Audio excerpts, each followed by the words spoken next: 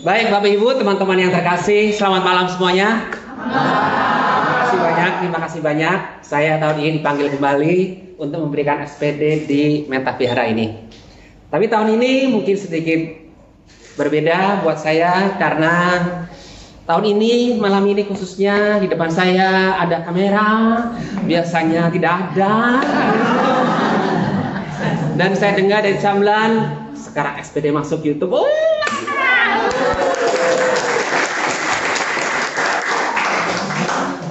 Dan saya bilang sama Krisma, dan saya bikin materi ini detail banget, beda sama singer-singer yang lain. Malam ya kali ini saya harus berikan sesuatu yang spesial malam ini. Ya. Baik Bapak Ibu, sebelum mulai saya ingin tanya kepada Anda, di sini siapa yang sudah menikah? Angkat tangan.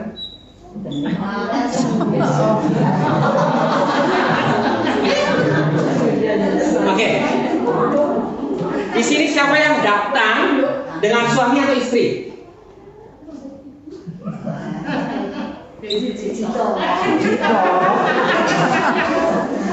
Oke. Di sini siapa yang belum menikah? Angkat tangan.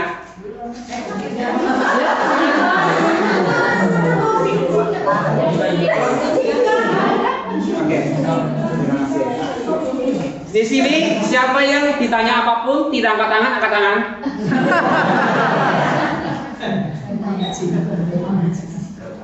Oke, Bapak Ibu, apapun posisi Anda, terima kasih banyak sudah hadir di sini. Kembali saya hadir di sini memberikan SPD dan terima kasih banyak sudah memanggil saya kembali. Dan malam hari ini saya akan memberikan sesuatu.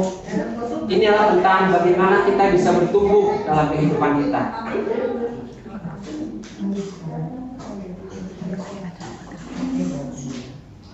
Ya. Oke, Bapak Ibu. Sebelum dimulai, saya ada dua uang. Satu berapa kali? 10 kali lipat. Ya, 10 kali lipat. Kalau Anda disuruh pilih, ini serius loh ya? Kalau Anda disuruh pilih yang mana? 20. Orang yang normal 20 kan? Normal kan? Ya, 20. Kenapa? Ya? Nilainya lebih besar, ya. Kalau mau dibelanjakan, ya pasti dapatnya lebih banyak, ya kan? Oke. Kalau saya beli parfum nih sengaja, saya semprot nih 2000.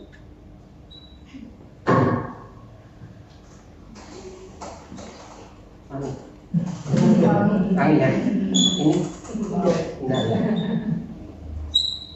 Setelah dikasih parfum, apakah nilainya lebih tinggi? Enggak. Betul enggak? Ini enggak ada parfumnya loh. Jadi kalau disuruh pilih mana? Tetap ini. 20. Kalau punya musik kan, ya 20. Dan apa? Kalau yang 20 ini kamu nggak bisa apa-apa, nggak pernah sekolah, nggak nakal.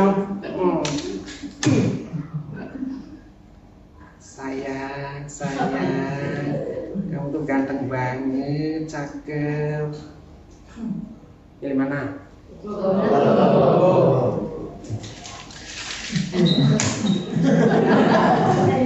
Pilih mana? Udah disayang-sayang, dikasih parfum, gak mau. Nggak dikasih parfum, dikuel-kuel, dibanting, dijelek-jelekin, mau. Apa yang saya maksud?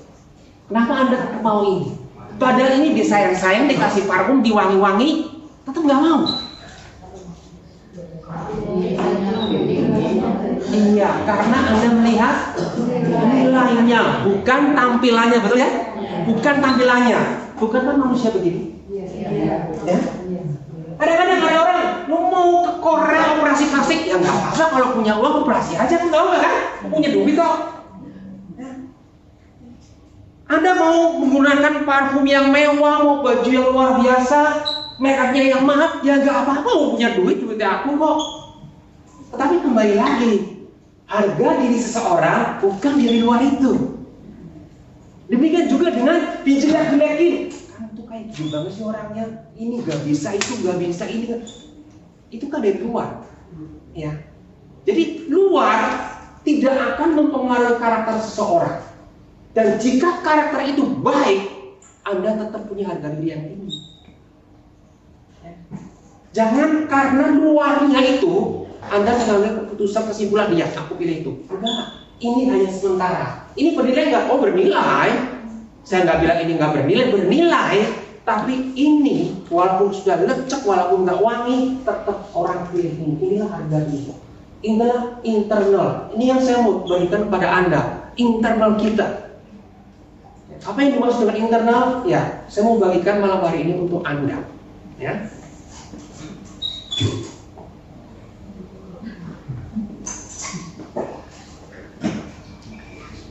Para ibu-ibu, para istri, kalau saya sebut ibu-ibu, istri, kalau belum menikah, ya termasuk ibu-ibu lah ya, karena saya terlalu panjang nanti nyebutnya. Ibu-ibu, istri, hai. Supaya ada jawaban gitu loh. Ya. Ibu-ibu, istri, sekarang suami. Bapak-bapak, om, akong, nggak maco. Kalau cewek nggak apa-apa. Hai. Kalau cowok, woi. Lebih kayak, woi. Bapak-bapak, ibu-ibu, lebih manis kan? Oke, ibu-ibu. Dengar baik-baik ya, jawabannya bapak ya. Pak, cowok-cowok, saya mau tanya Anda. Wanita, istri Anda, ibu Anda, mama Anda, saudara Anda yang wanita, menurut Anda, dalam kehidupan ini, dalam menghadapi segala situasi, kejadian, menurut Anda, lebih banyak pakai emosi atau logika? Bapak, wanita jangan jawab. Emosi. Yang belum nikah, cowok? Emosi. Jadi apa? Jadi kawan ya? Pernah mengalami? Sering. Oh sebelahmu.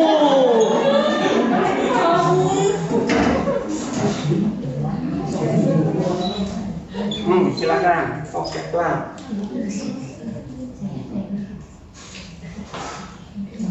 Sekarang katanya ibu-ibu. Jujur ya. Wanita, ibu-ibu, semua yang saya di sini, dalam kehidupan sehari-hari, apakah di keluarga, di rumah tangga, di kehidupan sosial, di dalam usaha Anda, ketika Anda berteman, lebih banyak menggunakan emosi Anda atau logika Anda? Emosi. Ada logika, kenapa? Karena dia wanita. Kenapa? Karena dia tadi udah dibilang emosi. Jadi sekarang jawabannya, nah gua jawab logika.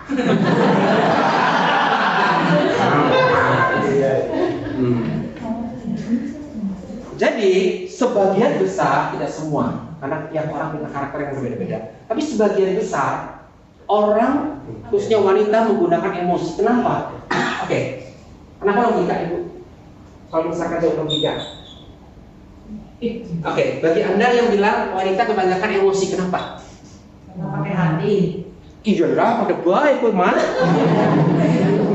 Karena wanita memang secara strukturnya berbeda, hormonnya beda, ada mens segala macam. Ketika mens kan emosinya beda kan? Ya.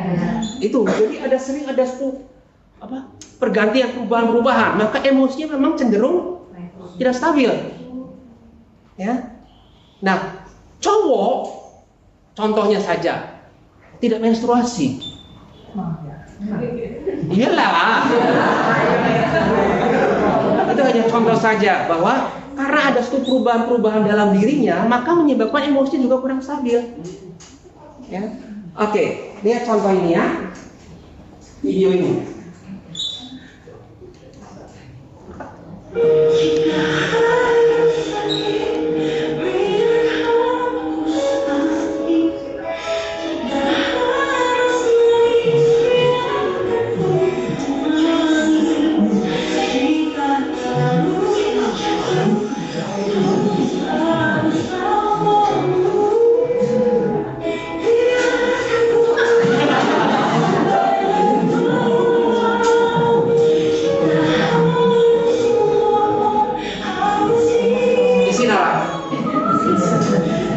sini ya.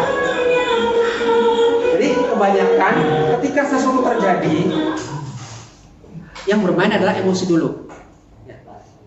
Setelah mulai lenyap, baru dia mulai berpikir. Nah, seringkali laki-laki beda. Cengli orang dia, pikir dulu. Cengli dia, ajar aja. Setelah diajar, kasihan juga sih ya. Baru emosi keluar. Kasihan juga sih ya. Kenapa aku tadi kayak gitu ya? Makanya jadilah suami istri. Satu pakai logika, untuk emosi. Jadi suami istri itu untuk saling mengingatkan. Halo Bapak. Woi. Halo Ibu-ibu. Suami istri itu harusnya memang begitu. Ya, kenapa harus selalu bareng-bareng? Kenapa? Karena satunya menggunakan emosi, satunya menggunakan logika. Ada nggak yang dua-duanya logika? Ada. Tapi dalam kasus-kasus tertentu tetap itunya keluar. Walaupun dia pakai logika wanita, tapi dalam kasus tertentu aslinya keluar. Begitu keluar, udah.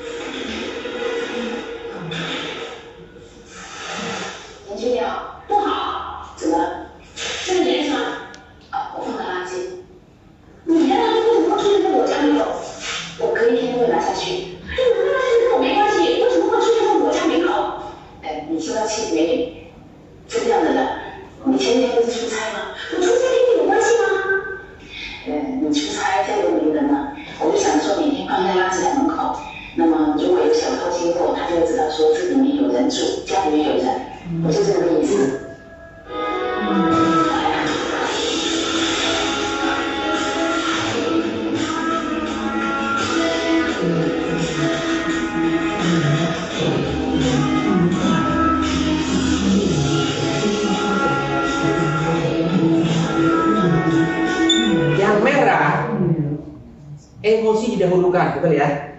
Pertanyaan saya, yang kuning?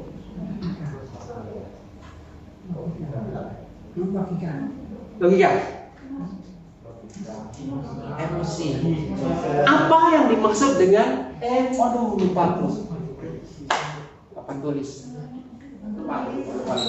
Lupa. Nggak apa-apa nih, nanti kita pakai penjelasan aja ya. Manusia kita itu punya 4 bagian. Ya, berapa bagian? Yang pertama adalah fisik. Untuk apa? Untuk bertindak kan? Hei nenek, bertindak kan? Yang kedua mental. Mental itu hubungannya dengan apa? Dengan pikiran, dengan logika.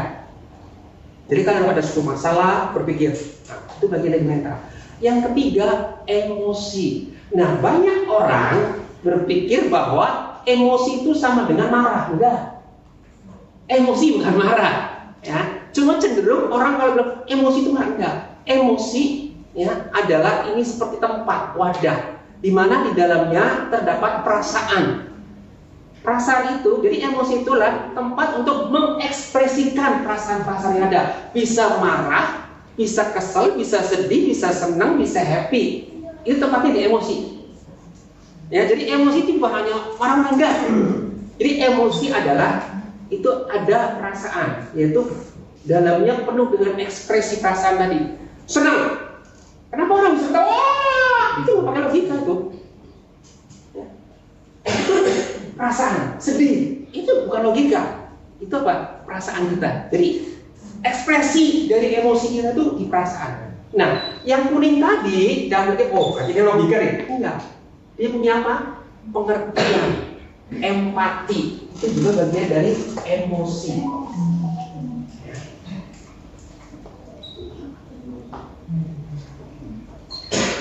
Oke.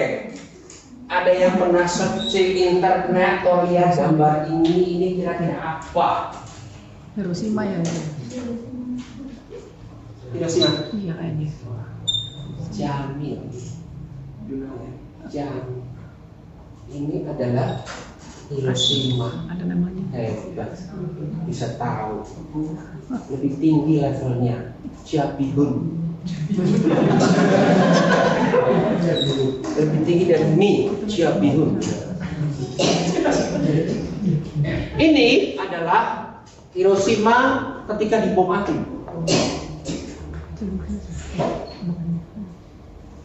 Tahun 45. Dan ini adalah Hiroshima sekarang. Ada beberapa bagian yang tidak diapa-apakan sebagai kenangan. Ini bawah zaman bawah, ya, jadi memang tidak direnovasi, tidak dilakukan. Ini Nagasaki. Ini ketika Agustus tahun 45, tahun sebelum. Ini sekarang. Luar biasa ya perbedaannya. Jepang itu salah satu negara terhebat di dunia, dari Asia, di dunia. Maju sekali, luar biasa. Industrinya, semuanya lah hebat sekali. Negara maju. Tahukah Anda, pasti Anda sudah pernah baca, pernah dengar ya, Jepang itu 62% tidak beragama. Sisanya campur. Ya, ada yang Buddhis, ada yang Kristen, ada yang macam-macam sisanya. Dan orang-orang yang dibilang hebat-hebat itu sebagian besar tidak percaya tentang agama. Nah, pertanyaannya, kok bisa maju gitu ya? Kok banyak negara beragama tapi kok tidak semua di Jepang ya? Di Jepang, dari kecil hingga umur 10 tahun, kalau di Indonesia kelas 4 SD, itu mereka tidak belajar tentang pengetahuan seperti di sekolah-sekolah pada umumnya. Nggak ada matematika, kemudian harus punya nilai 10, 100, nggak ada. Jadi ketika kecil mereka diajarkan apa?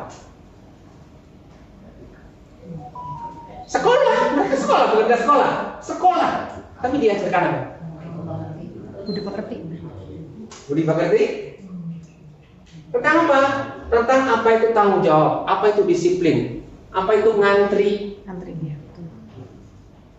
apa itu membuang sampah di tempatnya, apa itu menghormati orang tua. Itu semuanya. Nih, 5 didikan orang Jepang. Salah satu negara paling hebat di dunia. Sekolah Jepang tidak mengikuti ujian apapun sampai kelas 4. Orang Jepang percaya.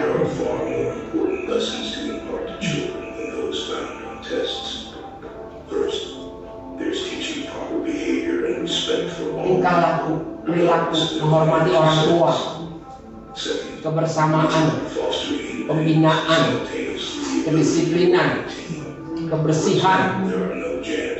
Di sekolah tidak ada, OB itu nggak ada. Bagaimana budaya ngantri, menghormati orang, nggak perlu disuruh. Education is pursued truly for knowledge, not for grades. In the lower and middle grades, students aren't given grades. Politeness and punctuality are emphasized. As a result, children's interest in their studies is so high that attendance rates are nearly 100%. And the overall development of these children is among the most. Sekolah itu hampir tidak ada tidak masuk sekolah. Di sini madol banyak banget. Mereka justru pengen banget sekolah. Kenapa? Karena di situ ya memang beda dari kecil, memang beda ya. Ya ngumpul, bersih-bersih. Bagaimana belajar ngantri, belajar menyeberang seperti apa, menghormati orang tua seperti apa, pikir sendiri sesuatu, tidak tergantung orang tua. Itu sampai umur 10 tahun. Sehingga udah terbentuk karakternya sampai dewasa. Dan Jepang luar biasa. Oke, Bapak Ibu pasti tahu ini ya. Ini di mana? Singapura. Singapura negara maju nggak? Maju. Ya. Luar biasa juga. Bayangin, banyak pesawat-pesawat internasional kalau mau ke daerah sini harus transitnya di Singapura. Kalau anak-anak muda ini, Tahu Taylor Swift ya? Konser berapa hari di Singapura?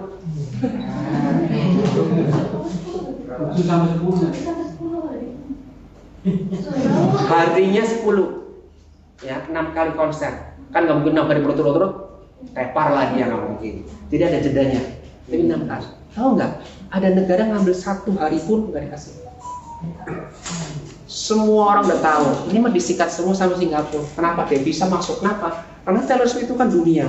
Yang dari Thailand datang, dari mana-mana datang semua ke Singapura full hotel. Bayangin, dari berbagai negara datang. Itu kalau negaranya nggak benar, apa yang terjadi? Anda pernah nonton filmnya nggak? Waktu bagaimana mereka mengantri. Kemudian bagaimana mereka, kan transportasinya pakai MRT. Penuh stasiun. Tenang aja. Kenapa? Karena di situ penuh dengan aturan. Nih dia aturannya. Makan permen karet $11.500. Pipis sembarangan 500. Ngerokok $1.000. Bawa anjing piaraan 500. Makan sembarangan $1.000. Buang sampah $1.000. Meludah $1.000. Ya, durian, apalagi kalau di hotel selesai Anda. Semua penuh aturan. Maka orang nggak mungkin melakukan sesuatu. Kenapa? Kalau melakukan sesuatu, miskin aja Anda udah selesai. Dan di sana hukumannya ya memang harus kena. Pertama kali saya ke Singapura itu tahun 93, pertama kali. Diajak perusahaan, bukan uang sendiri. Ada kerjaan ya orang Tegal ya, orang ngerti naik taksi, duduk depan dia, suppliernya yang ajak saya ke Singapura itu di belakang. Dan supirnya ngomong, Anda tahu Singapura ya, Singlish ya, Inggrisnya Inggris, kadang-kadang campur Hokkien, campur Mandarin, kadang-kadang campur Melayu, itu Singlish namanya. Ngomongnya dan ngomongnya cepet banget. Bahasa Inggris saya jeblok. Asik. Terus suppliernya ngomong, Pak, ditanya, Bapak bawa uang berapa dari Indonesia? Bisa, saya. Ini supir mau apa maksudnya? Kenapa ya? Kenapa Bapak nggak pakai safety belt? Tahun 93 di Indonesia nggak ada safety belt. Safety belt di Indonesia tahun berapa? Di Singapura sudah diterapkan sejak udah lama sekali. Kenapa? Waktu itu 93 itu baru $100. Maka ditanya, kau bawa duit berapa? Berani-beraninya nggak pakai safety belt itu doang. Jadi dimanapun makan mau keluar hotel itu OB-nya yang depan. Kalau mau makan di sini. Jadi semua kakak pegang ini, jangan itu. Kenapa? Karena kalau enggak habis Anda. Sehingga masyarakat di sana patuh terhadap peraturan-peraturan. Sehingga memang maju luar biasa. Dan pertanyaan saya begini Bapak Ibu. Sama-sama negara maju, dua-duanya disiplin, dua-duanya hebat, masyarakatnya luar biasa. Tapi kalau Anda disuruh pilih, suruh tinggal, Anda pilih tinggal di Jepang atau Singapura? Maksudnya dalam keadaan negaranya dan masyarakatnya ya, kehidupannya. Jangan bilang orang dia, bukan ya. Jangan bilang Korea ini. Tak cukup. Jepang kalau Singapura Korea. Pilih mana? Singapura atau Korea? Aku Korea. Tak cukup. Padahal aku mau ngomong gara-gara kon sudah rawan, nggak boleh menyalahkan orang. Jadi minum kuliah. Oke, Jepang atau Singapura? Kenapa? Why? Singapura pakai aturan. Tapi kan membuat negaranya maju, betul Betul ya? Singapura banyak aturan, tapi membuat negaranya maju. Itulah Lee Kuan Yew. Tanpa Lee Kuan Yew, Singapura akan maju. Lee Kuan Yew luar biasa. Selanjutnya anaknya kan tinggal melanjutkan apa yang sudah dibuat oleh Lee Kuan Yew. Kalau nggak ada Lee Kuan Yew, dan awal-awal menurut sejarahnya kerasnya luar biasa, gila gitu. Anda lihat sejarah. Oke, sekarang saya bertanya pada Anda ya. Sebelum saya kasih jawaban Singapura atau Jepang, kalau Anda pilih Jepang, kenapa Jepang, kenapa nggak Singapura? Saya akan ceritakan dulu tentang motivasi awal. Kan saya dulunya memang motivation training kan, basic motivasi. Apa itu motivation? Motivation itu dari 3 kata. Ya, lupakan yang tadi dulu, saya jelasin dulu. Motive for action. Motif artinya Dorongan. apa? Pola kayak jahit itu. Ya? Alasan. Belum, ya? Alasan. Iya. Padahal mau, kita pasti ngerti. Alasan. Jadi motif itu alasan. Ya. Contoh nih, kamu tuh berbuat gitu motif apa sih? Motifnya apa? Alasan-alasannya apa sih? Kok bisa? Motif dari pembunuhan ini karena balas dendam kan ya?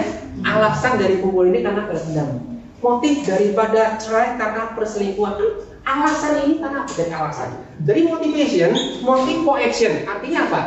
Alasan-alasan orang melakukan sesuatu. Jadi setiap orang melakukan sesuatu pasti punya alasan. Semakin alasannya itu kuat, maka tindakannya dia melakukannya pasti makin luar biasa. Kenapa? Alasannya kuat. Kalau alasannya nggak kuat, pasti loyo. Ya. Jadi anak-anak, ya, kenapa nggak mau belajar? Pasti ada alasan. Jadi Anda penyelesaiannya di mana? Di sini. Nggak cuma dimarahin doang. Di sini. Kenapa dia melakukan sesuatu kok setengah hati? Pasti ada alasannya. Mungkin karena nggak senang melakukan hal ini, mungkin karena kasihan, macam-macam. Ya.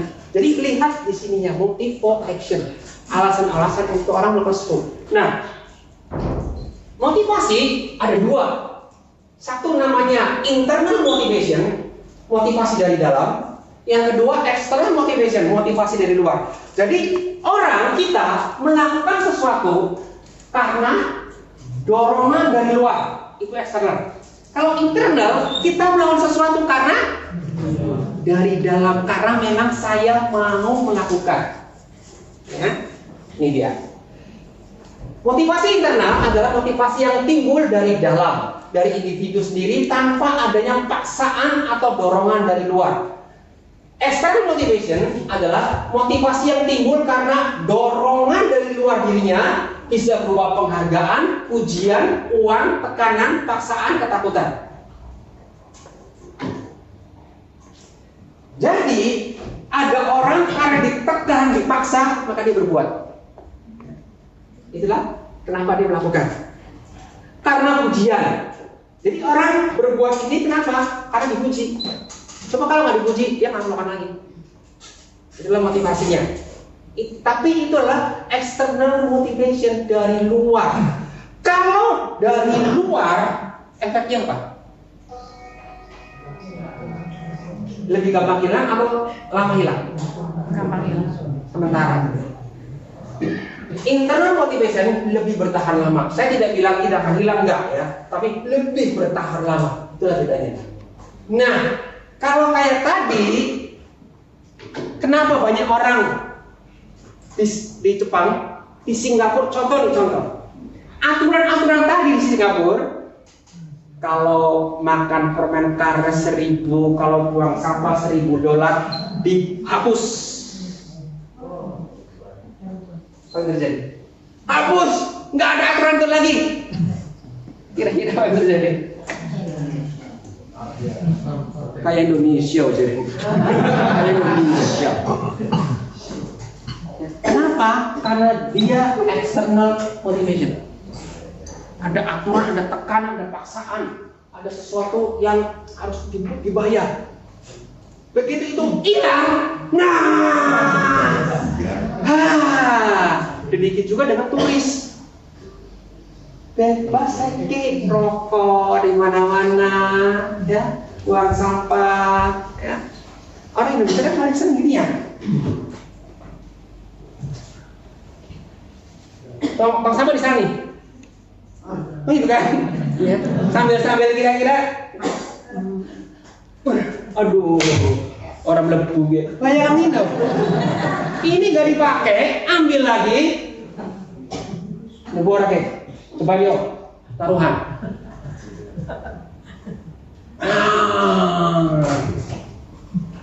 Coba turis-turis seperti apa? Habis. Kenapa? Karena external motivation.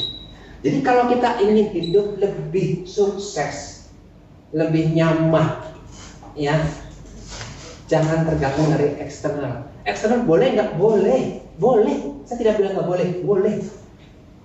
Tapi jangan lupa itu bersifat sementara.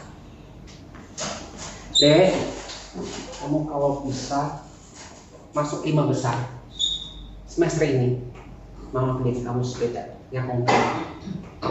Ya, poligon yang kamu pengen itu kalau jalan-jalan kamu pengen. Bener mah? Iya. Nah, belajar yang rajin. Belajar nggak? Belajar ya. Belajar.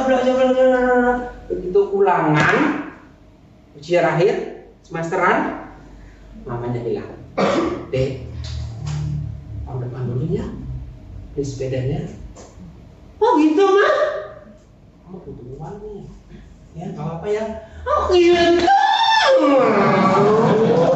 Kan mama udah janji. Belajarnya giat lagi nggak? Enggak, karena itu external motivation. Jadi dia belajar bukan karena sadar bahwa harus belajar baik supaya naik kelas, supaya berprestasi. Belajar karena ada sepeda. Begitu sepedanya hilang, motivasinya juga hilang. Ya, itulah external motivation. Jadi kalau mau punyailah internal motivation. Nah, Jepang memang pendidikan dibentuk dari awal-awal. Kenapa dari awal? Karena kalau sudah dewasa, di bawah sadar kita sudah terlalu banyak informasi masuk sejak kecil itu lebih susah. Banyak nggak bisa, lebih susah. Koreksinya lebih susah. Maka dibentuk dari dasar. Nah, pertanyaan saya Bapak Ibu, menurut Anda, internal motivation terbesar, terkuat, salah satunya ya, bilang salah satunya. Menurut Anda apa? Paling kuat, bahkan bisa merubah dunia loh. Apa? Niat ya. Niat. Dari? Tekad itu. Minta kasih. Benar. Cinta kasih, betul. Ini adalah salah satu motivasi internal terhebat. Begitu Anda punya, Anda bisa dan mau melakukan apa saja tanpa nggak harus diuji, nggak harus dikasih, nggak perlu diapa-apain lah, nggak perlu disuruh. Ya Anda melakukan. Kenapa? Itulah cinta kasih. Anda melakukan karena Anda mau, karena Anda penuh kasih, karena Anda peduli. Bukan karena disuruh, bukan karena aturan, bukan karena dipaksa, bukan karena digaji, bukan. Anda melakukan ya karena saya mau, karena saya mengasihi. Saya akan putarkan sebuah video ya. Ini video asli. Hanya memang pada awalnya ketika di shoot, orang di shoot nggak tahu. Tapi akhirnya dia ngomong, saya shoot karena saya perhatikan kamu dari tadi kok melakukan ini, kenapa? Ya. Jadi ini ada seorang ibu yang sudah demensia atau demensia? Pikun. Lupa semuanya. Demensia, amnesia, pokoknya kalau amnesia biasanya karena kejadian sesuatu hilang. Tapi ini memang udah makin tua. Bahkan ini parah sekali sama anaknya. Lihat baik-baik. Ini dia.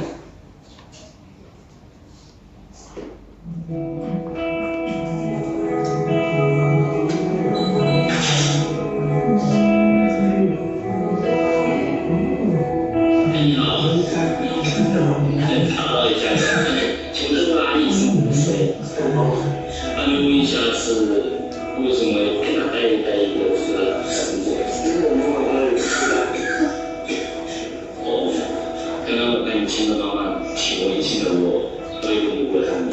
我刚刚给你找到了一个照片，然后拍的，你看，这是我，好好看，他每天就要亲的妈妈出来。对，他亲的时候是想要有人陪着他，不然的话，我们自己出去的时候，比如我在家里，那时候是让他有点亲，有点危险。他不喜欢在这个时候。对，他觉得这个意思。然后是什么时候开始的？他是7、8年前就有一些症状，但是这2年就越来越严重了。在他进入中年的时候，那个时候我们是更年期了，就是记性变差。再到后面我就以为是精神分裂。然后后面19年的时候，带我妈妈去那边看病，然后医生跟我说，就是这个也是恶劣痴呆。我当时都没有听过这个病。那你每天照顾妈妈需要做什么？就是负责她的所有饮食起居，洗澡、刷牙、做饭。她睡觉也是挨着我去睡，好像就跟照顾一个小朋友一样，就是几个月大后的2、4个小朋友。那你平时照顾妈妈，你还是工作？我之前是自己在创业，自己在做生意。妈妈确诊以后，就自己也了解了这个病的一些后面会发展成什么样，就是拼命挣钱，就感觉是全年无休，然后就想多攒一点钱，然后以后可以就是作为妈妈确实需要我离不开她的时候，就全部在她照顾。然后从21年10月份开始，就回到家里全是陪我妈妈。我看到你亲到妈妈的时候，突然让我想到一句话，是妈妈也很小，陪妈妈慢慢陪伴，觉得特别感动。因为我觉得就算是换成是我到了这个年纪，或者我因为通过意外，或者我也生了什么病变成这个样子，我妈在她的正常生活里面也会放弃一切来这样陪我。这是我应该做，也是我最想做的事情。我作为一个男孩子，你做的这些真的太不面大。妈妈有你这一辈子也值得。我就希望她就是在余生里面能过得开心快乐一点。因为我觉得妈妈的一生也是一生很深沉的一个青春去守护她的。我把曾经的时代的最好的青春时代陪我长大，现在书变少，我该长大。我很带着我一起来生活。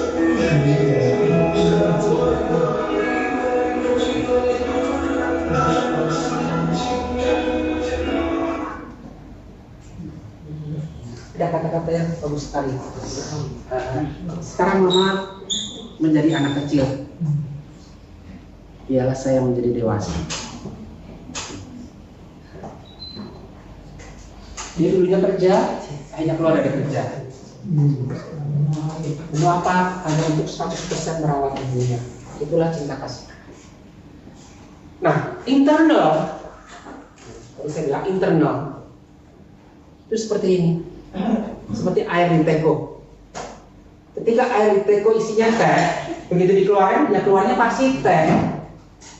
Di dalam teko isinya kopi, begitu dituang di cangkir, ya keluarnya pasti kopi. Nggak mungkin beda. Jadi kalau dalamnya memang bersih, internal kita baik, maka dimanapun ya yang keluar baik. Dan itu nggak bisa dibeli.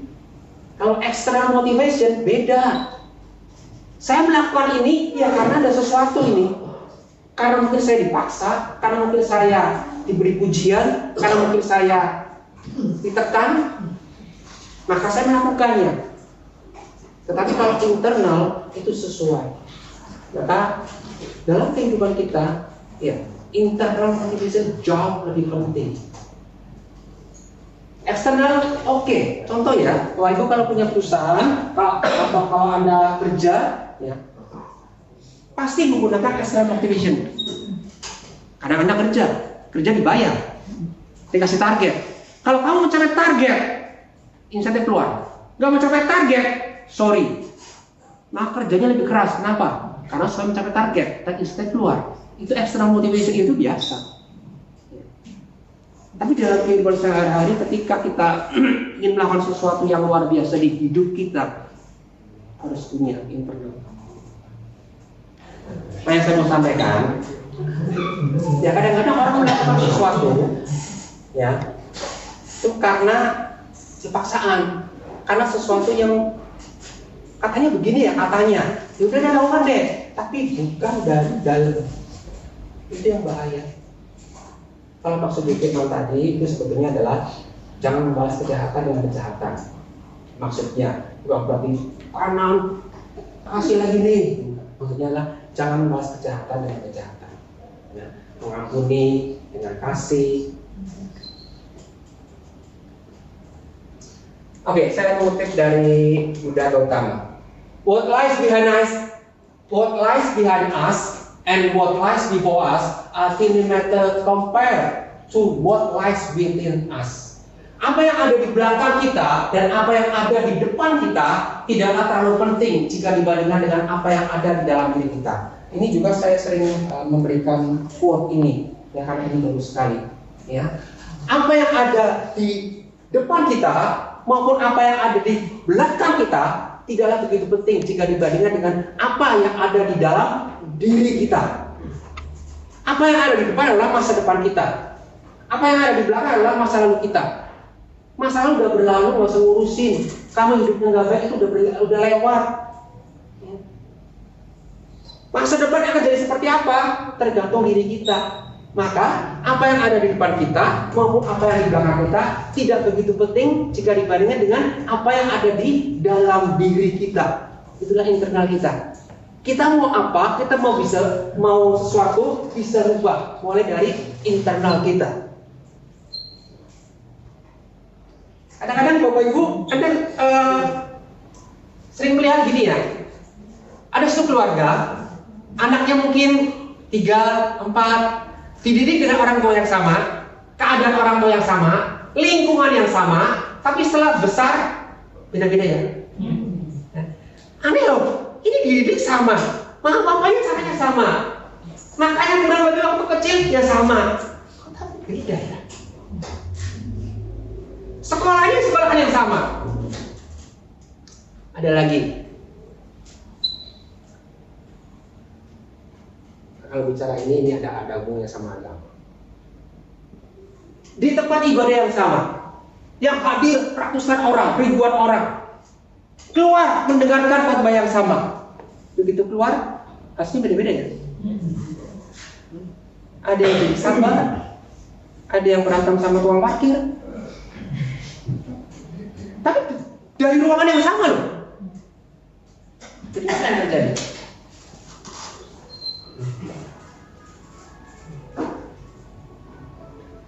Saya di pengalaman di motivation training itu hampir 30 tahun. Ya, tentang mindset, tentang attitude, tentang leadership, tentang public speaking, tentang goal setting, tentang sales, kurang lebih seperti itu lah ya. Di dalam seminar, di dalam training, di dalam ruang ibadah, banyak orang seperti batu. Batu yang dicelup di air. Setelah dicelup di air, ada yang masuk? Tidak ada. Batu dicelup air, diangkat, nggak ada air yang masuk. Nah, banyak orang begitu. Ikut seminar, ikut training. Aku orang ngomong kayak dulu ya.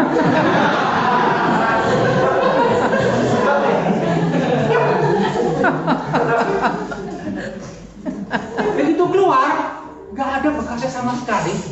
Betul-betul nggak membekas.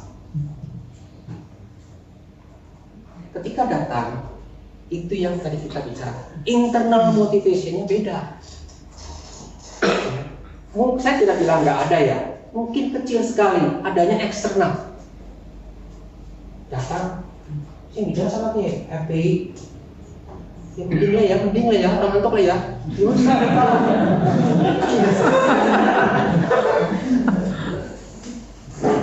Oke, jadi external motivation datang bukan karena aku mau belajar, aku mau ini, enggak. Datang karena sesuatu eksternal.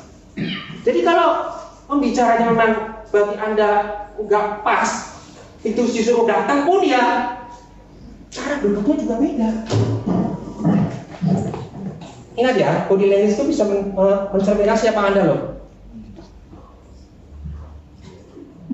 Mantap teman-teman.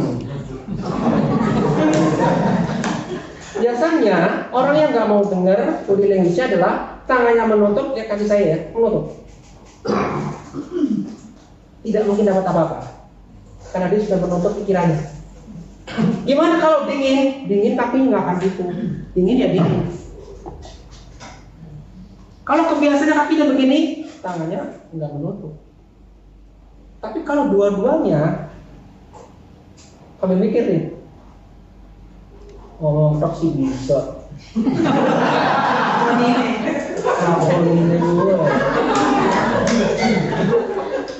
Orang keras sih. Orang mikir duit lah aku. Jadi body language kita itu menentukan orang ini dapat atau tidak. Jadi banyak orang seperti batu. Dulu kan saya ketika di proses dari motivator, jadi trainer, saya ikut seminar. Apalagi kalau hal-hal yang baru. Waktu itu saya ikut NLP. NLP itu hipnosis yang bisa tatap mata saya. Waktu itu kan 2008 apa ya, pertama ikut belajar itu kan. Saya ketemu sama orang yang sering ikut seminar saya. Hah? NLP? Ikut seminar? Iya, kenapa?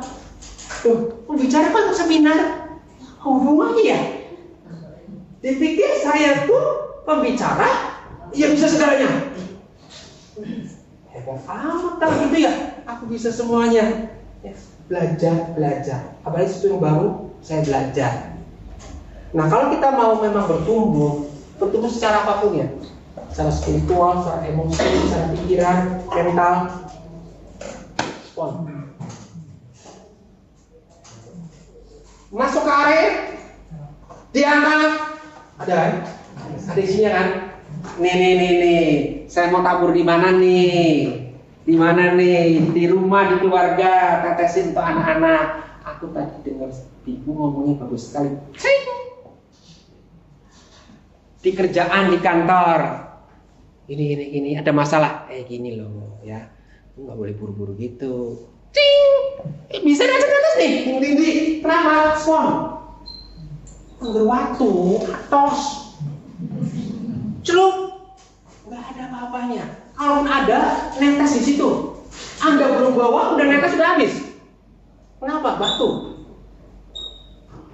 Jadi respon. Kejadiannya sama, tapi responnya berbeda. Maka hasilnya juga berbeda. Ada dua orang terperosok di lubang, sama kejadiannya, dua-duanya juga sama, berdoa minta tolong. Nah, apa yang terjadi? Setelah terjadi, apa reaksi mereka? Dua orang ini apakah sama reaksinya?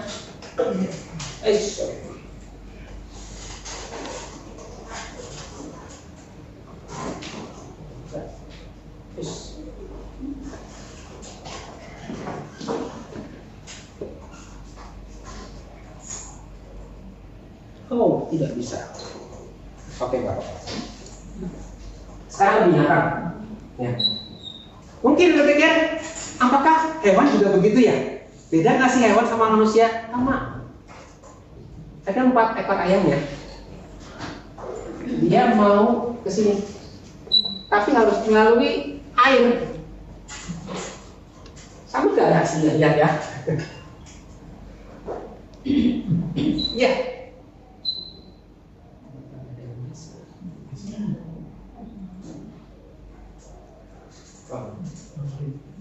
Yang pertama, bisa lagi aku.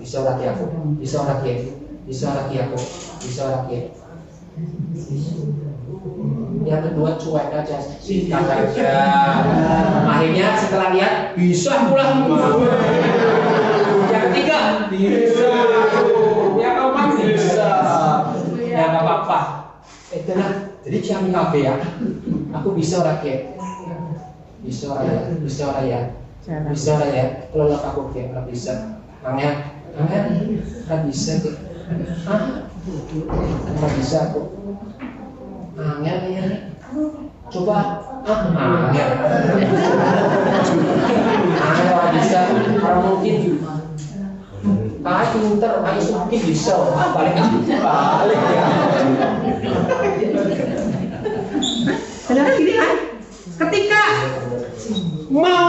sesuatu, lihat dulu. Ragu-ragu. Begitu ada orang bisa, bisa. Langsung ya, ini bisa. Yang lainnya lihat, ini bisa. Tapi nggak semuanya gitu. Orangnya bisa sufi. Terangnya bisa pendidikannya di luar negeri. Terangnya bisa kancanya akeh. Alasannya banyak banget. Anggar aku kayaknya orang bisa.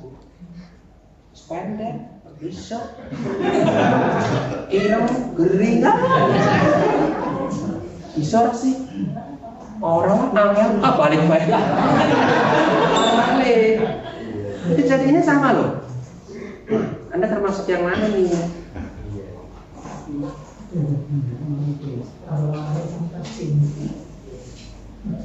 Nah, apa yang ada di belakang kita dan apa yang ada di depan kita tidaklah terlalu penting jika dibandingkan dengan apa yang ada di dalam diri kita. Oke. Itu tadi opening dari awal sampai sekarang. Intinya di sini. Pertanyaannya, apa sih yang ada dalam diri kita? Ini dia. Yang ada dalam diri kita adalah karakter kita. Karakter tadi saya bilang ya, manusia kita kan ada fisik, mental, emosi, rohani. Saya tidak bicara fisik, ya, karena fisik akan dipengaruhi oleh ini. Saya tidak bisa bicara rohani, spiritual. Saya mau bicara tentang dua ini, pikiran dan emosi. Karena ini sangat-sangat menentukan tentang kebahagiaan kita. Bagaimana mengelola pikiran dan emosi kita. Saya yakin di SPD sebelumnya kemungkinan besar ya, sudah bahas tentang pikiran. Karena pikiran sesuatu yang luar biasa. Ya, kita sering lihat di mana-mana ya tentang jagalah kebersihan, buanglah sampah pada tempatnya. Kenapa? Karena kalau tidak pada tempatnya akan berantakan, akan banyak bakteri, akan banyak kuman, tidak bagus buat kesehatan, tidak bagus buat pemandangan kita, buat nggak enak. Maka buanglah sampah pada tempatnya. Ada tong sampah, tapi tahu atau tidak, kita seringkali menjadi tong sampahnya. Dalam diri kita banyak sampahnya. Dari mana? Dari diri sendiri. Dari pikiran kita yang negatif, dari ketakutan kita, dari kekhawatiran kita, jadi dari omongan kita, dari peristiwa, dari lihat internet. Lalu anak muda, apa yang Anda lihat? Apa yang Anda saksikan? Apa yang Anda dengar? Dan jika itu berulang, masuk di bawah sadar. Dan itu mempengaruhi bagaimana tingkah laku Anda nantinya. What you see mempengaruhi pikiran manusia. Dia tidak bisa membedakan itu betul atau salah.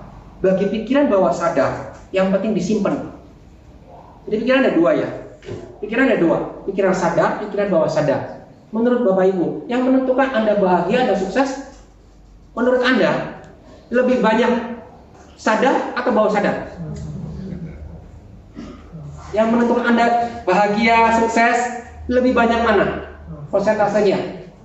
Sadar atau bawah sadar? Bapak?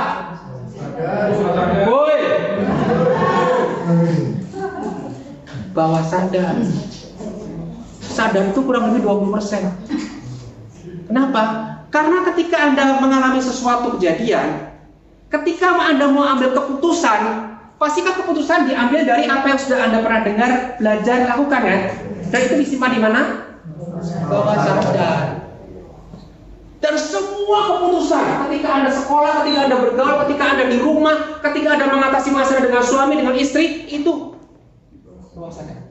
Maka kalau backgroundnya suami istri beda, itu sering masalah. Karena yang di bawah sadar beda. Pendidikan beda, sama.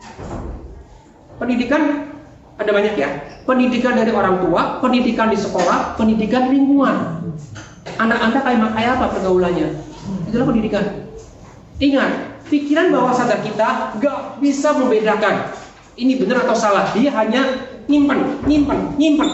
Lah kalau nyimpennya yang gak benar, selesai Anda. Itu bisa diperoleh dari mana? informasi itu banyak. Pergaulan, Anda nonton YouTube, nonton TikTok. Banyak yang suka TikTok? Oke, itu kalau nonton TikTok nah, biasa zaman sekarang.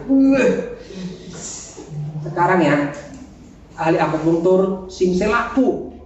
Kebanyakan dipijat sini ya. Kerak, kerak, kerak.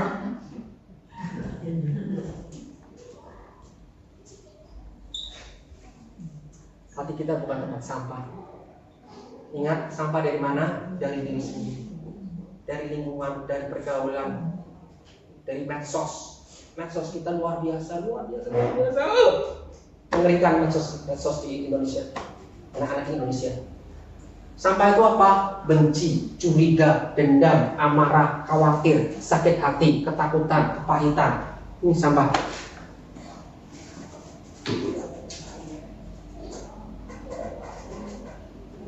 Jika hati kita penuh sampah, Anda mengalami sesuatu, bisa nggak disimpan? Oh bisa. Tapi lama-lama ketika penuh, tutupnya jatuh, keluar. Kepahitannya keluar, ketakutannya keluar, semua keluar. Dinosaurus keluar, T-Rex keluar. Kenapa? Ya itu sampahnya terlalu banyak. Mana mungkin hidup kita bisa bahagia jika hati dan pikiran kita dipenuhi dengan banyak sampah dan kotoran? Nonsense. Nonsense. Please, saya hanya ada beberapa saran, ya. Saya bukan ahli spiritual, jadi saya tidak menggunakan cara spiritual, tapi saya menggunakan apa yang saya pelajari secara pertumbuhan motivasi, ya. Oke, Anda banyak sampah. Salah satu ya, susah untuk senyum. Lu perhatikan ya, susah untuk senyum. Dan paling sering yang tadi saya praktekkan, orang jalan aja kayak gini loh.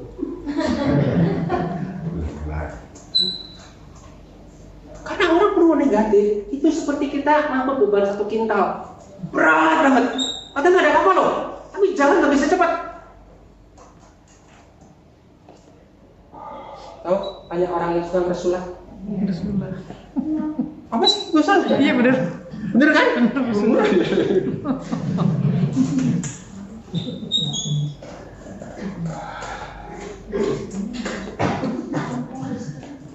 Orang nggak pasti ngajak ngomong geleng-geleng dewek ya.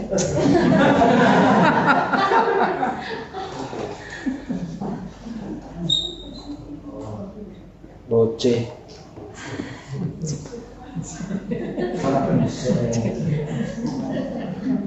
Ngomong dewek tapi omongannya apa? Negatif semua.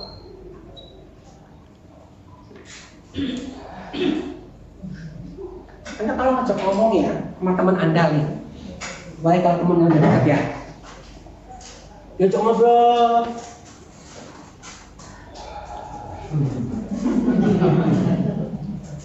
Yang pertama apa? Suruh buka tangan. Serius. Oke, kalau Anda bilang saya mau berubah, saya mau melakukan sesuatu yang hebat ya macam-macam lah, saya mau berubah pikiran supaya positif thinking. Lebih gampang mana? Berpikir positif atau melakukan dengan fisik? Saya tanya Anda. Fisik kan lebih gampang kan? Fisik lebih gampang. Memang gampang berpikir positif. Tunggu positif. Angel. Orang kan gitu kan? Tapi kalau perubahannya dari fisik lebih gampang. Nah, fisik aja yang gampang susah. Mau berpikir positif nggak mungkin. Jadi kalau kapan Anda nih, mau ada apa? Nih, minum dulu. Setelah gini, suruh minum gimana? Udah kan? Nih lihat nih ya, kaki saya gini, begitu mau ngambil, itu otomatis ya. Banyak masalah. Minimal apa? Udah kebuka. Ini udah kebuka semua Selamanya enggak sih. Aku kayak padahal pengen minum maut-maut.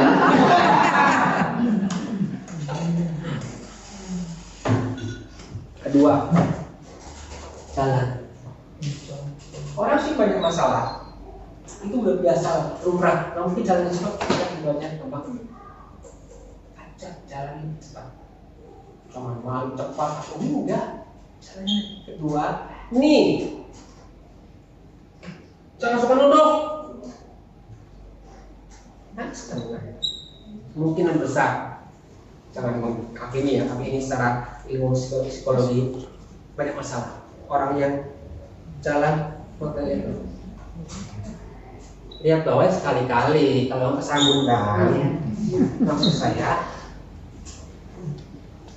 enak jalannya bawah nggak apa-apa, lihat bawah. Si kamera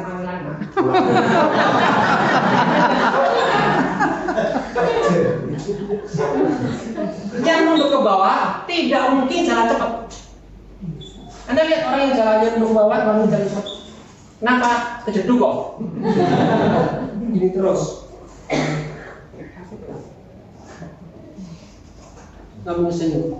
Jadi pertama, body language kita, gerakan fisik dulu gampang. Jangan bilang, oh aku harus positif, aku harus sabar. Ya ampun, ini fisik dulu yang paling gampang. Gerakan lebih cepat. Ambil ngomong, lihat mata orang. Berani nggak? Coba. Kalau nggak berani, berarti ada sesuatu. Bisa minder, bisa penuh dengan ketakutan, takut diketahui rahasianya, itu macam-macam. Tapi kalau dia, ya sih, aku ada masalah. Nah, kalau dia udah berani, bagus. Itu sudah 50% jreng. Apa sih yang bisa aku bantu? Apa sih? Coba. Barangkali aku teman kamu. Ceritakan dulu deh.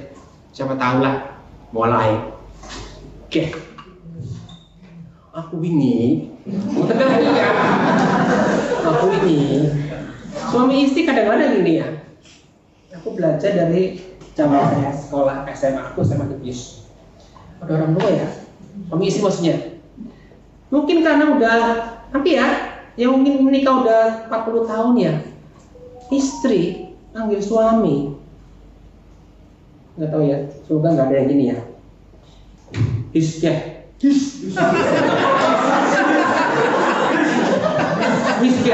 Nenek, omongi.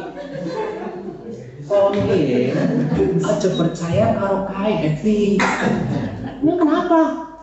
Kayak happy itu ada bener. Terus suaminya, Gus ya. Sing panggil Gus ya, sing lanang panggil Gus ya. Gus ya. Kan belum kenal. Aja mikir kalau betul nih. Gus ya. Suami istri panggilannya Gus. Apa ya? Duduk dulu. Coba apa wis? Kan belum tentu cocok, ya belum tentu benar juga, tapi paling enggak konvensi. Ya, nanti buka. Anda bisa baca di mana-mana literatur sekarang kan terbuka semuanya lah. Anda mau cari apapun bisa, ya. Orang bilang senyum, kalau senyumnya nggak tulus percuma Pak. Memang betul, tetapi manfaat buat kesehatan walaupun Anda pura-pura itu ada. Walaupun Anda pura-pura loh. Katakanlah senyum pura-pura itu jelek loh. Masih nggak seimbang. Lo nggak seimbang loh senyum pura-pura. Kalau senyum benar seimbang.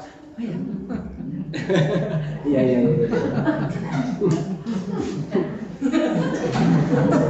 Miring. Nggak enak kan? Loh, katakanlah ada pura-pura pun. Oh iya. Ya. Itu ternyata ada manfaatnya. Kenapa ini ada hubungannya dengan syaraf? Syaraf yang ke otak. Otak akan mengambil sesuatu informasi bahwa kamu sedang bahagia nih. Sehingga keluarlah hormon bahagia. Benar. Padahal pura-pura. Itu senyum hebat. Makanya yang udah lama jarang senyum, ya, gue bengi panturu, guyu.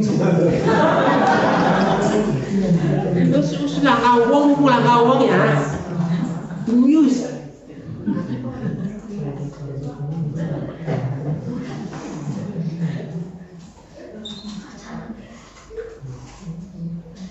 Iya.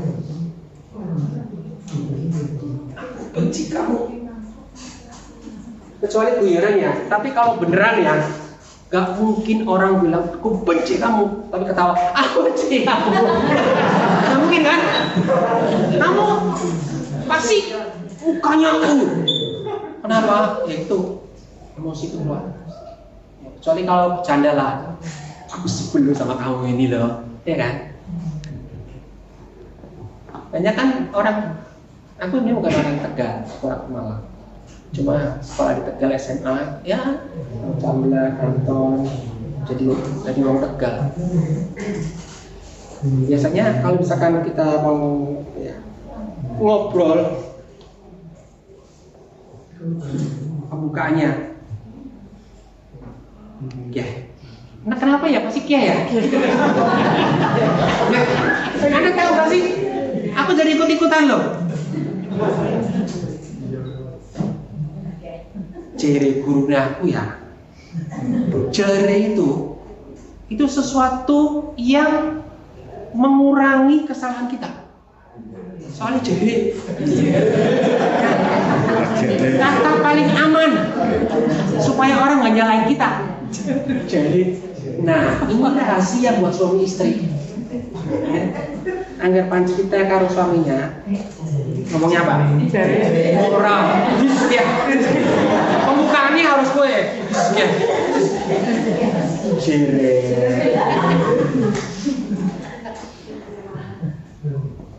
Nih, akhir sih.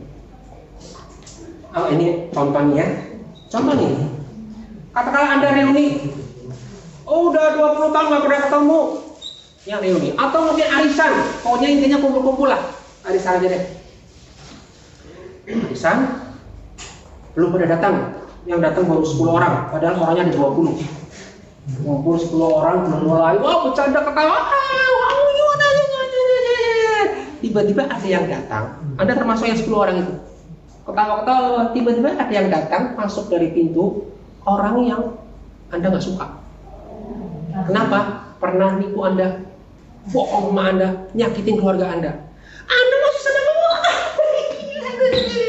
Dia datang, saya tanya Anda, apa reaksi Anda?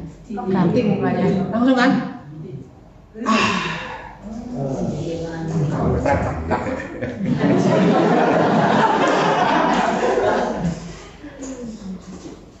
Bisa keluar loh dari kelompok itu. Coba bayangin, pikir baik-baik Bapak Ibu. Kebahagiaan Anda ditentukan orang lain. Ya kan? Coba pikir baik-baik. Kenapa kebahagiaan Anda ditentukan dia? Yang bodoh siapa? Diri sendiri. Dan banyak orang begini, di dunia gak bahagia karena ditentukan orang lain. Dia mau nyakitin aku, dia datang ya udah gak apa-apa. Begitu, oh iya.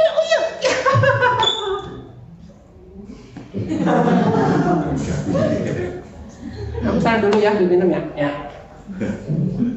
Coba apa yang terjadi di hidup kita ditentukan orang tertentu. Amen. Ini kita yang menentukan respon kita, reaksi kita. Memang dia pernah menyakiti aku, tetapi kita punya pilihan untuk tetap sakit atau merilis. Merilis artinya ya wis lah, bikin maning, tipu. Angel orang angel, pasti kan sih ngomong tok bisa kayak gue. Tetapi saya selalu ingatkan, bisa. Setiap orang pernah punya kesakitan. Bahkan sama istrinya, bahkan sama suaminya, bahkan sama orang tuanya, bahkan sama anaknya. Apalagi teman, ya ampun orang saya sendiri aja pernah juga ya. Apalagi teman pernah. Tapi kenapa mengizinkan itu?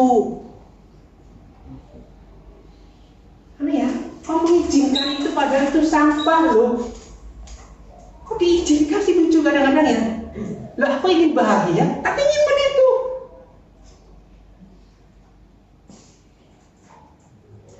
Don't hate anyone, it kill your happiness.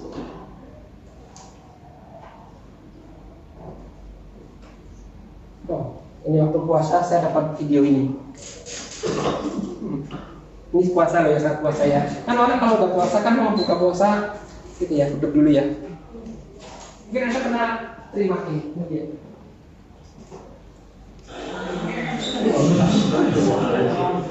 Seharusnya kau ambil jalur kiri, bukan jalur kanan. Sesungguhnya saya sudah berburu-buru, maka dari itu saya ambil jalur tersebut. Namun itu bisa membahayakan nyawa kita berdua. Saudara, tidak sepantasnya kita berdoa. Lebih baik saya mengalah saja. Betul, lebih baik kita sudahi saja.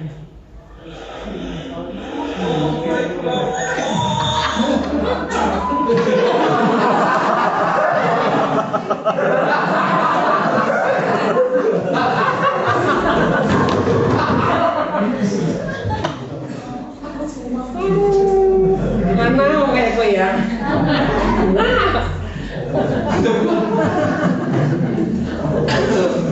Bedanya eksternal motivasi. Kalau memang dari dalam mengatakan maafkan. Oke, kita bicara lagi lebih lanjut. Ini lebih serius. Kita bicara tadi tentang pikiran dan emosi. Bagaimana mengendalikan diri? Ya, karena kalau dikendalikan bahaya. Ingat, emosi jangan langsung konotasinya marah, enggak. Emosi adalah bagian dari diri kita.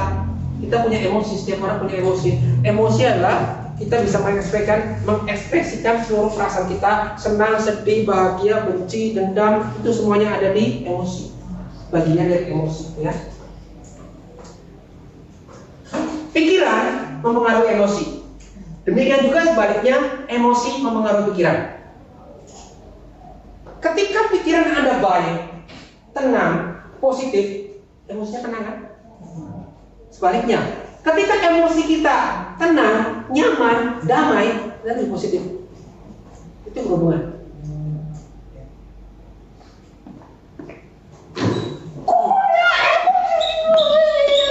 Isinya bilang apa? Wis sabar kok.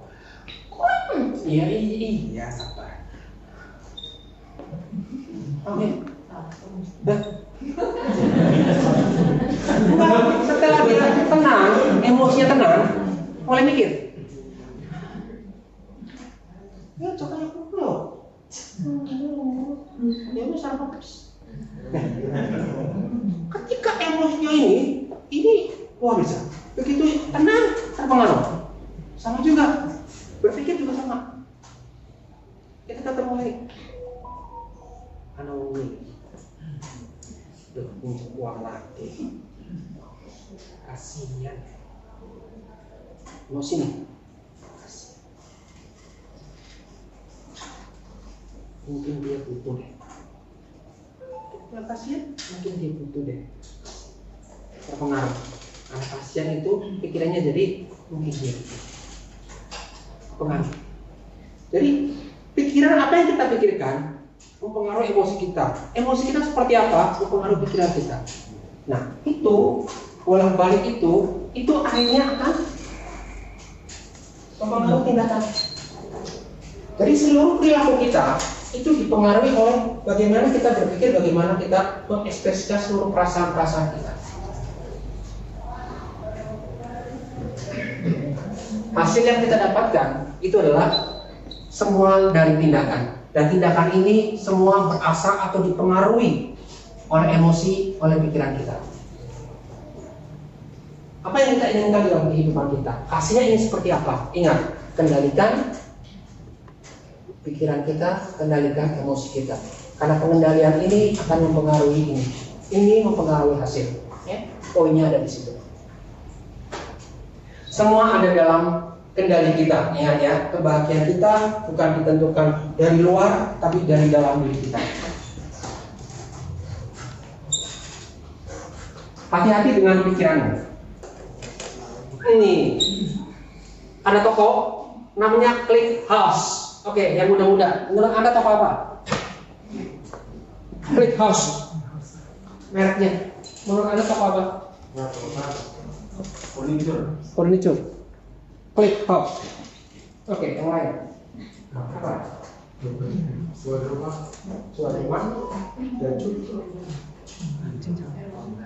Beda ya dengan cara berpikir kita. Oke, yang lain ClickHouse. Kira-kira Peralatan komputer. peralatan komputer. Warehouse.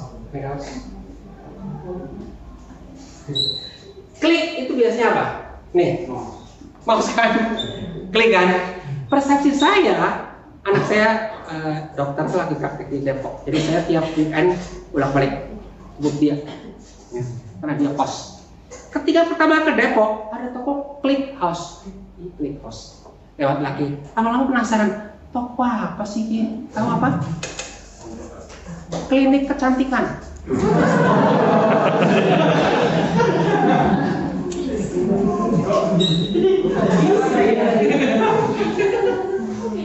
Hati-hati pikiran Anda, oke? Ya, hati-hati. Persepsi manusia banyak menyengsarakan. Itulah pikiran kita, bahwa sadar kita tuh penuh dengan informasi yang salah, tapi Anda anggap sebagai benar. Dan itu sebagai keputusan ketika Anda bergaul, ketika Anda kerja, ketika Anda mengambil keputusan. Padahal banyak yang keliru. Jadi hati-hati. Tadi Citra Rasa Medan, saya kena. Ini kena lagi. Begitu aku penasaran sih, kayaknya aku pernah lihat juga di tempat lain. Ternyata cabangnya banyak. Gitu kan? Masya Allah.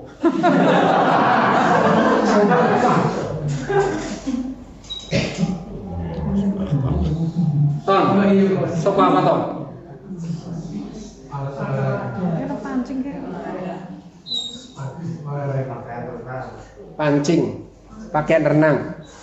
Kenapa bilang pancing? Kenapa pakai renang? Karena hubungannya dengan ocean, betul air kan? Itulah Anda. Bahwa sadarnya bahaya. Toko sepeda. Bayangin, sepeda kena air laut kayak kan? Jadi merek coba. Bilang nggak? Ocean banget.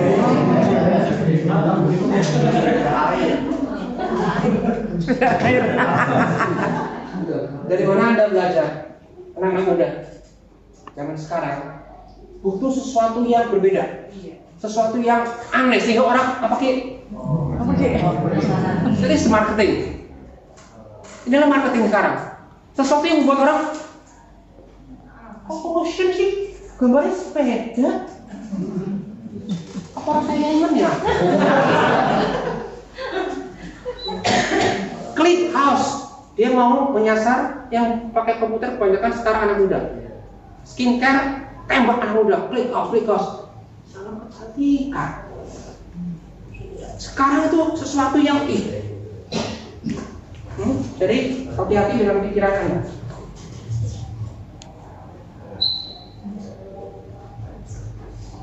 Oke, ini saya dapat dari TikTok juga. Ya, ini waktu puasa juga. Oh iya, dia terakhir ya. Ya, polisi bagi saya bagi takjil, tapi nggak ada yang datang. Karena apa? Karena ini ada rahasia. Rahasia motor ya. Coba, ini kan pikiran bawah sadar kan? Polisi gerobok rahasia buat. Polisinya mengeluh, heran kenapa nggak ada yang coba mau berbuat baik aja susah loh. Mau berbuat baik susah, nggak ada yang percaya. Kenapa? Pikiran manusia. Kendalikan pikiran Anda. Hidup Anda akan terkendali. Jadi kita harus punya zaman sekarang ya, bukan fixed mindset. Pikiran yang itu dulu. Kalau ini pasti ini. Kita harusnya grow mindset, bertumbuh. Karena apa yang dulu ini, hari ini belum tentu. Makanya namanya grow mindset. Terus bertumbuh. Kalau fake ya fake, susah ya susah. nggak bisa nyerah, nggak bisa, ini bukan keahlianku, gagal lagi. Tapi kalau growth beda, sulit harus coba. Ini contoh mindset, cara berpikir yang bertumbuh. The mind is everything. What you think, you become. Pikiran manusia segalanya. Apa yang dipikirkan, disitulah kamu akan menjadi. Nih, kalau pikiran Anda memikirkan sesuatu, maka perasaan Anda dipengaruhi. Anda berpikir positif, feeling Anda jadi positif. Pikiran positif, feeling positif, perilaku juga positif. Perilaku positif, maka situasi Anda akan lebih positif. Jadi lingkungan Anda akan seperti apa? Ini sangat tergantung dari bagaimana Anda mengendalikan pikiran dan emosi Anda. Jangan macam-macam bilang lingkungan ya. Mulai dari di rumah ya. Itu ya Bapak Ibu ya. Di rumah sendiri bisa nggak? Angel kok. Soalnya semua dorong. Angel itu fit mindset. Ya. Angel itu fit mindset. Belum mindset apa? Coba.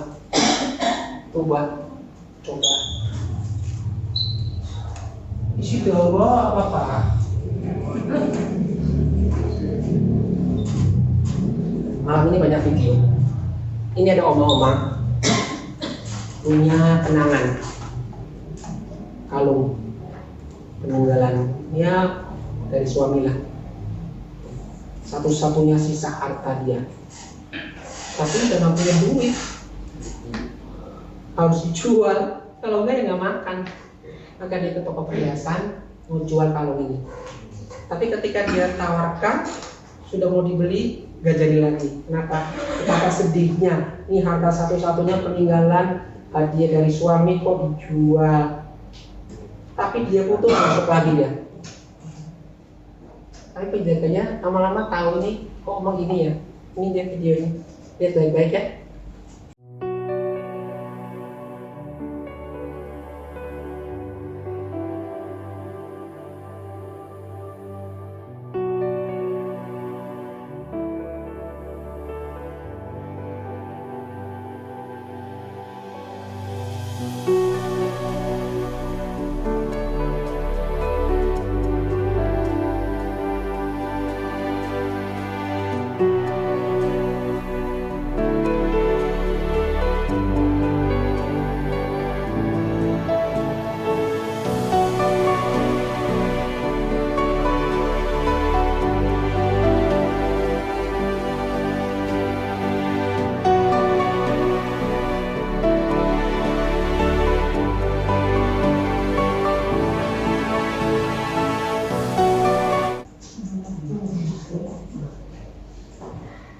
Pikiran berubah, feeling berubah. Feeling berubah, situasinya berubah. Ya.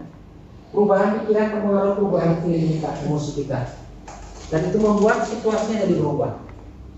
It is change. Itulah perubahan. Ini juga tentang perubahan. Dari siapa? Dari seorang istri. Hai para istri. Lihat kan.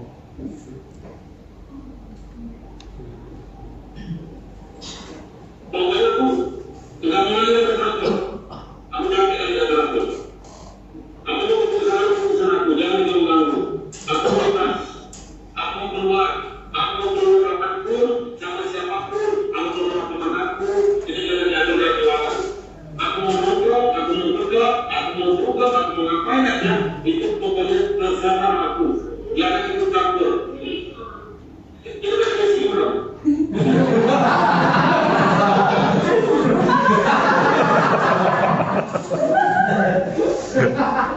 Tahu nggak?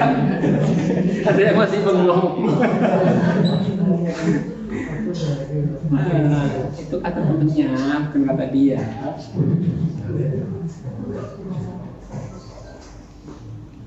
Banyak orang pembicara menggunakan teknik ini.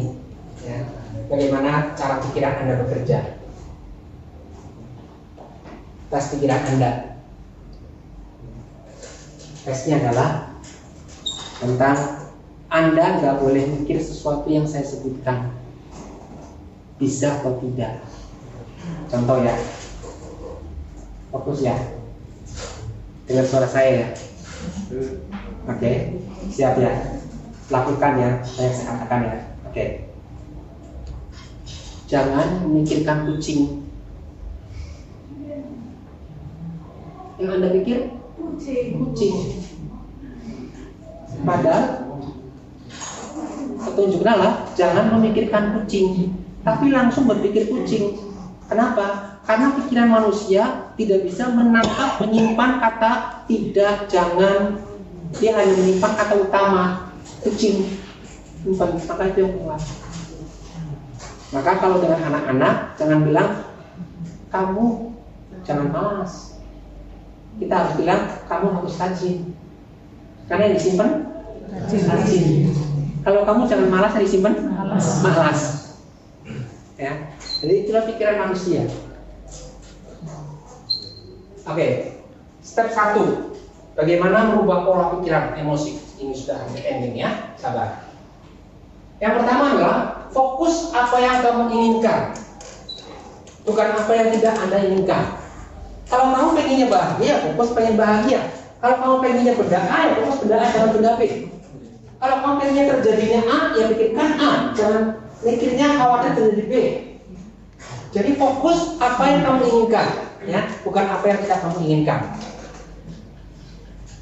Pernah lihat video-video orang main ski?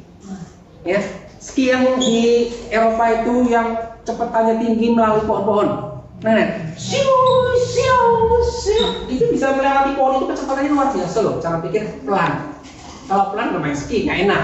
Itu cepat sekali dan itu bisa melewati pohon. Dan orang survei tanya kepada mereka, kamu bisa hebat sekali ya melewati banyak pohon begini. Ternyata rahasianya ini.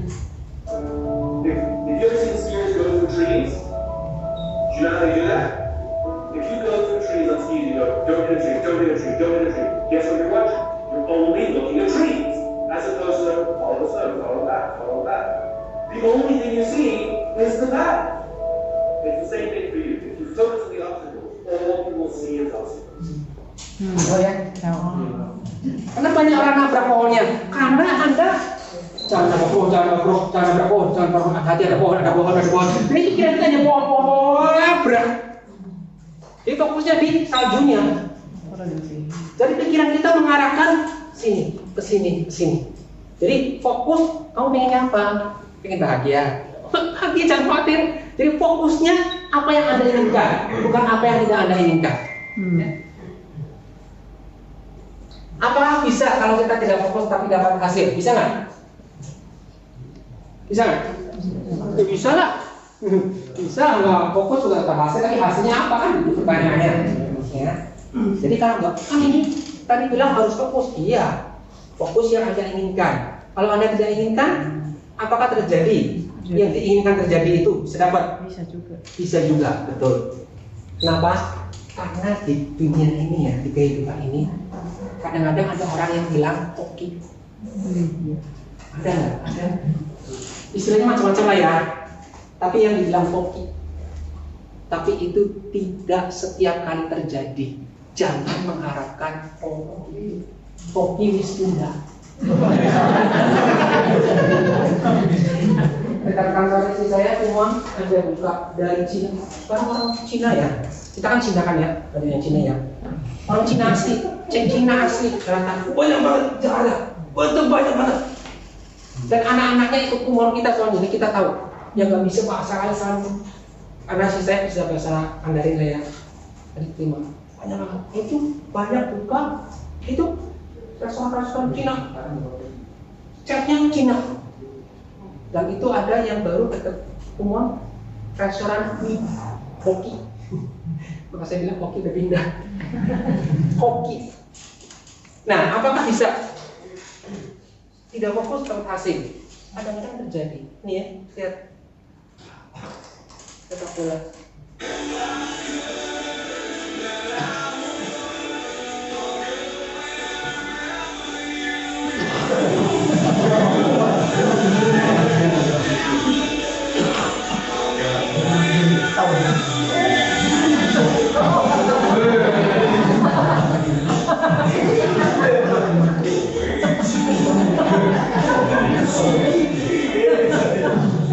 Sumber kepakannya mana ya maksudnya? Belum tentu 100 kali terjadi kan? Belum tentu.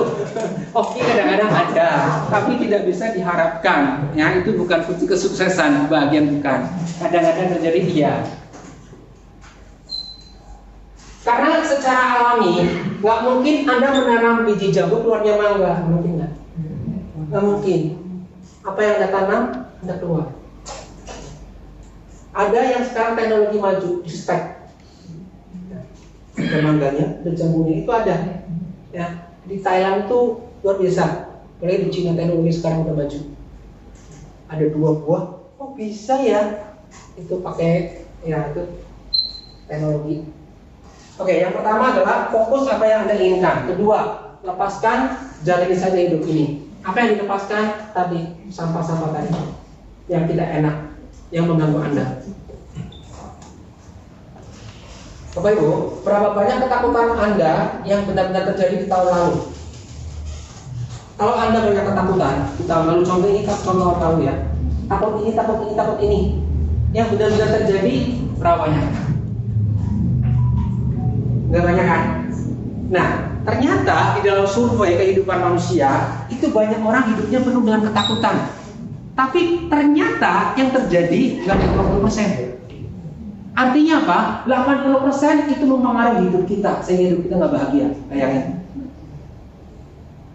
Nggak pernah terjadi. Itu hanya persepsi mindset kita. Itulah bahayanya. Itulah kenapa harus dibuang sampah itu. Nih. Ini contoh yang hebat sekali. Ketika Anda melewati suatu jalan ya, gelap sekali. Aduh, ada apa ya? Jalan-jalan nggak kelihatan. Aduh, kok gelap sekali ya? Gimana ya nanti ya? Setelah lewat, nggak ada apa-apa. Oke, inilah kehidupan. Jadi persepsi kita aja, waduh, jangan-jangan kayak gini, waduh, jangan-jangan kayak gini, ketakutan. Tapi setelah dilewati, oke sih, nggak terlalu mengerikan sih. Jadi ada hal-hal di kehidupan yang harus dilepaskan, khususnya yang mungkin menghantui pikiran Anda.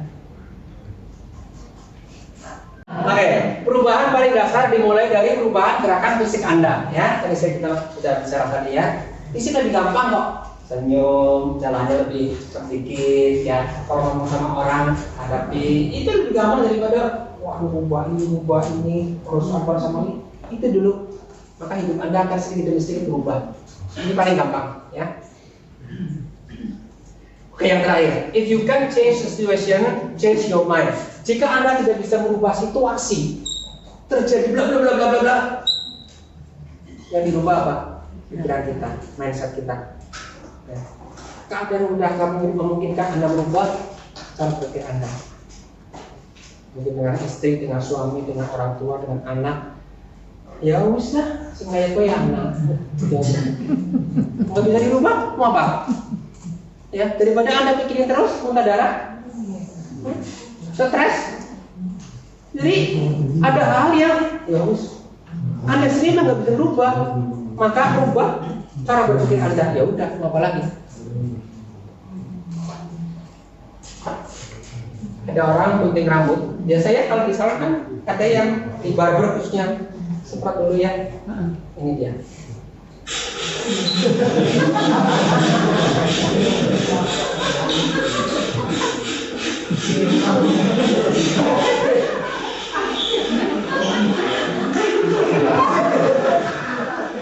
Belum selesai. Belum selesai.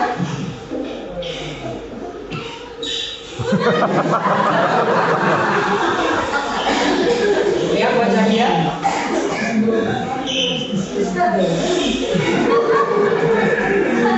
Akhirnya apa? Nikmatin aja. Bisa dirubah, jadi nikmatin aja udah mau apa? Ya, kadang-kadang hidup begini nggak bisa rubah. Wes nikmatin aja, jalani aja. Itu loh yang saya bilang, lepas saja.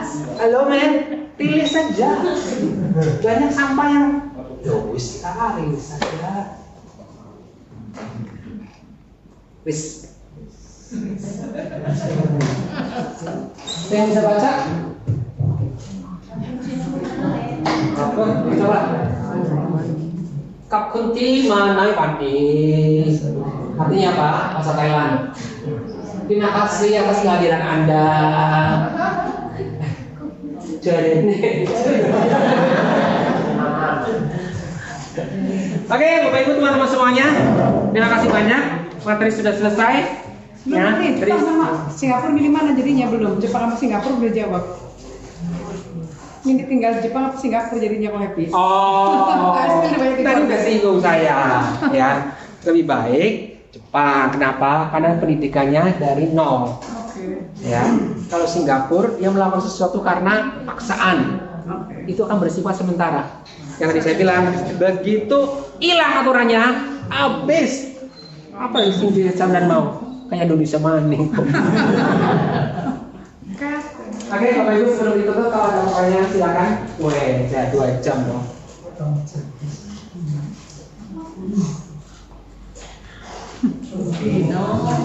Ini mana?